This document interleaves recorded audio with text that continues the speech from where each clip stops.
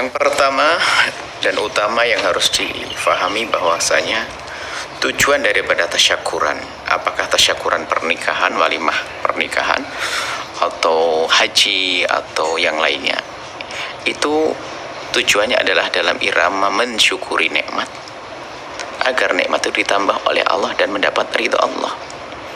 Sebab ujian kan ada dua. Pertama adalah dikasih musibah, nggak sabar, adalah juga tidak selamat, atau diberi karunia tapi terlena. Nah, sebenarnya kayak begini ini kan ingin mendapatkan ridho Allah. Nah, kalau sudah tahu tujuannya mencari ridho Allah, tentunya jangan dengan sesuatu yang menjadi sebab Allah murka. Kalau pilihannya dua, resepsi dengan harta yang ada haramnya, ya kan, sama tidak resepsi, yang penting pernikahan halal, ya nikah saja halal, nggak pakai resepsi, jangan maksain. Akan tapi masih bisa sebetulnya perbandingannya resepsi dengan modal yang campur dengan yang haram, atau halal tapi sederhana, ambil sederhana. Bukankah kita cari ada ridho Allah? Nah, biasanya kalau sudah ada tanda orang mengadakan acara syukuran kan dilihat orang kebiar, kemudian kok kemasukan sesuatu yang haram lalu dia tidak peduli, maka sesungguhnya biasanya adalah di dalam hidupnya biaya gaya.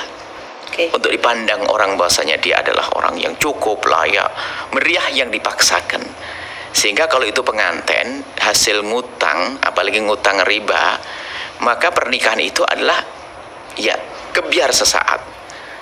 Setelah itu mestinya bulan madu jadi bulan garam, istilahnya begitu. Akhirnya harus mikir utang. Ini adalah problem, karena problem jiwa, problem mental. Tapi kalau orang biasa dengan kesederhanaan, menikah yang penting halal. Ya, resepsi kalau bisa nyembelih onta, oke lah. Nggak bisa onta, kerbau, nggak bisa kerbau, kambing, nggak bisa nyembelih ayam. Yang penting kan halal tujuan. Cinta kan milik berdua, bukan untuk dipamerkan orang, sementara di dalamnya adalah terjadi kerusakan di dalamnya. Itu saja. Ini yang pertama dan utama. Mohon siapapun ingin menikah, wanita yang paling berkah kan yang paling murah, paling sederhana maharnya. Termasuk diikutkan dalam mahar ini adalah urusan resepsi segala macam, bukan banyak tuntutan. Kalau sudah banyak tuntutan itu kadang merepotkan ya. Enggak, bahasa sederhananya cari mertua yang lain begitu, karena hidup nggak boleh dengan yang haram. Karena kadang-kadang ini memaksakan dengan yang haram itu aneh, Pak. Sebab kita melihat pernah ini kejadian, bahwasanya seorang calon mertua memaksa anaknya harus ngadakan resep begini. Akhirnya apa? Sang calon laki-laki ini harus menjual salah satu something ia miliki, dan itu untuk mencari uang, motornya harus dijual untuk resepsi. Setelah resepsi gimana dia kerja? Bingung dia, sehingga tambah tidak karuan hidupnya karena motornya sudah tidak ada. Sementara yang bekerja adalah apa? Motornya itu. Masya Allah, kayak gini-gini. Makanya hidup kalau kayak memaksa itu berarti bukan karena ingin dipandang Allah, tapi karena ingin dipandang manusia. Kalau sudah hidupnya orang ingin dipandang manusia, nggak akan puas, karena selalu ingin dilihat, wah, punya ini, tersiksa di hidupnya hanya untuk disanjung oleh manusia. Baik, ini adalah bahan renungan.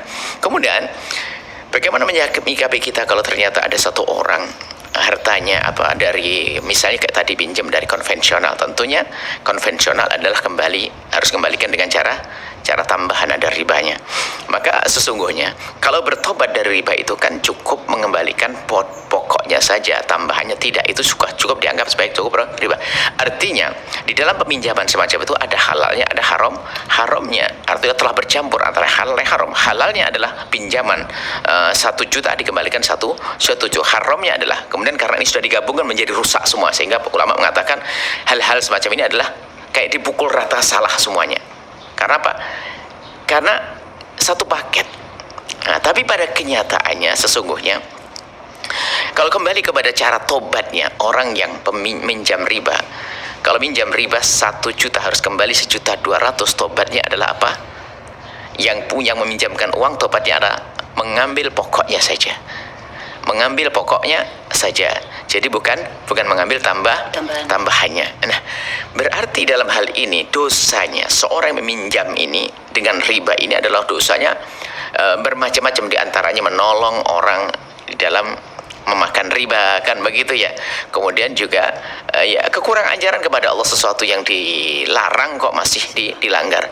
Dan yang harus difahami bahwa dalam urusan riba bukan harus selalu dirugikan. Yang jelas itu melanggar Allah Subhanahu wa ta'ala. Nah, Adapun ya makanan yang disajikan oleh orang yang masih berurusan dengan riba, tapi kok masih ada campuran harta selain dari dunia riba, ini mungkin catatan di sini. Kalau ada selain dari riba, maka jatuhnya makanan di situ adalah subhat, tidak bisa dikatakan haram mutlak karena memang ada halalnya, dan juga tidak bisa kita katakan halal mutlak karena ada haramnya. Maka kalau memang tidak menyakiti hatinya, Anda menghindar. Tapi kalau menjaga hatinya, Anda makan. Pun yang Anda makan bukan bagian ribanya. Kecuali ada orang menyodorkan ke mulut Anda, ini saya dapat riba, tambahan riba, rupiah berapa? 1 juta, ini tak jadikan roti makan. Oh, nggak boleh kita makan. Karena jelas-jelas itu adalah murni riba, semacam itu. Jadi menjaga perasaan orang beriman juga penting juga. Tapi dengan catatan itu tadi, kalau haramnya bukan haram mutlak. Kalau haram mutlak ini hasil ribaku. Kalau itu kan masih kelas pinjam tadi ya. Ini hasil ribaku nih loh. Aku jadikan prasmanan ini. Maka kita tidak boleh memakannya seperti itu ya.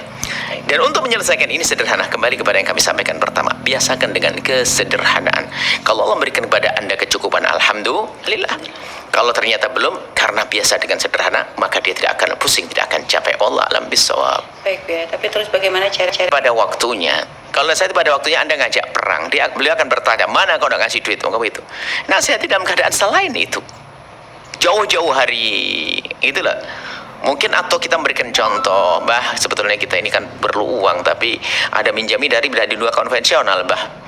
Tapi kata suami gini-gini, jadi berpura-pura begitu nggak boleh kadang-kadang. Kan masuk di hatinya pelan-pelan.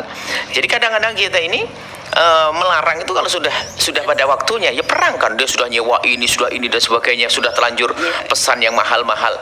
Anda ngajak perang kan begitu. Jadi merencanakan kebaikan itu harus. Jadi jauh-jauh, kayaknya adik saya akan nikah di 4 bulan yang akan datang. Abah kayaknya lah si Pak punya kita masuk, bah sudah ada dana belum? Kalau kita carikan pinjaman yang halal. Maksudnya gimana sih nak?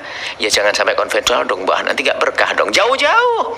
Jadi nanti abahnya karena sudah ada rambu-rambunya, kalau cari pinjaman pasti yang bukan ada ribanya. Tapi kita ndak pernah ikut-ikut, maunya cerewet tok. Ya ini minta dilempar piring begitu menurut saya. Kan kita perlu akhlak dan adab. Baik.